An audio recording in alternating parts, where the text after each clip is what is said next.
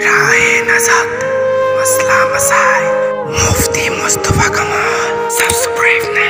আমার কাছে এক ভাই জানতে চেয়েছেন যে সাদাকাতুল ফিতর অর্থাৎ ফিতরা যাদের উপরে ওয়াজিব, যাদের উপরে ফিতরা কি হয়েছে ওয়াজিব হয়েছে, তারা যদি খাদ্যর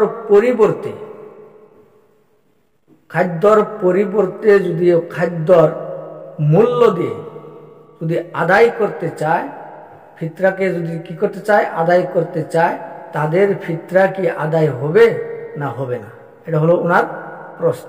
এই প্রশ্নের উত্তর হলো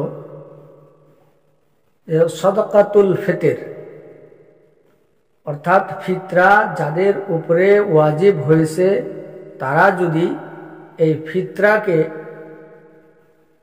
যদি খাদ্যর পরিবর্তে যদি মূল্য দিয়ে আদায় করতে চায়, তাহলে তাদের ফিতরা বিলকুল আদায় হয়ে যাবে, এর মধ্যে কোনো সন্দেহ নাই, বিলকুল আদায় হয়ে যাবে।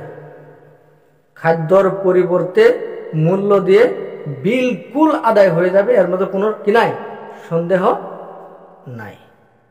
এই যে সাদাকাতুল ফিতর যে খাদ্যর পরিবর্তে মূল্য দিয়েও যে আদায় হয়, এর প্রমাণ অনেক অনেক সহি হাদিসের ভিতরে রয়েছে, অনেক সহি হাদিসের ভিতরে রয়েছে যে সাদাকাতুল ফিতর খাদ্যর পরিবর্তে মূল্য দিয়েও কি হয় আদায় হয়, এর মধ্যে কোনো কি নাই, সন্দেহ নাই। এই বিষয়ে অনেক হাদিস সহি হাদিস রয়েছে। আর যিনারা বলে যে সাদাকাতুল ফিতর মূল্য দিয়ে আদায় হয় না, তারা কিন্তু সঠিক না, তারা এটা ভুল বলতেছে। তারা হাদিস কোরআন তারা কি করে না, গবেষণা করে না। তারা গবেষণা না করে, স্টাডি না করে এমনি একটা বলে দেয় যে সাদাকাতুল ফিতর কি হবে না, মূল্য দিয়ে আদায় হবে না। এরা এমনি একটা কি বলে দেয়।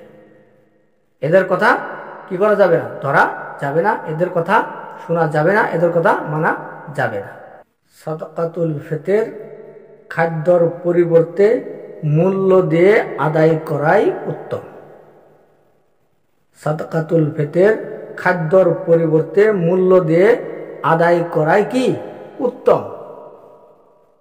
আল্লাহ তাবারাকা ওয়া তাআলা আমাদের সবাইকে সহি দ্বীন মোতাবেক চলার তৌফিক দান করেন।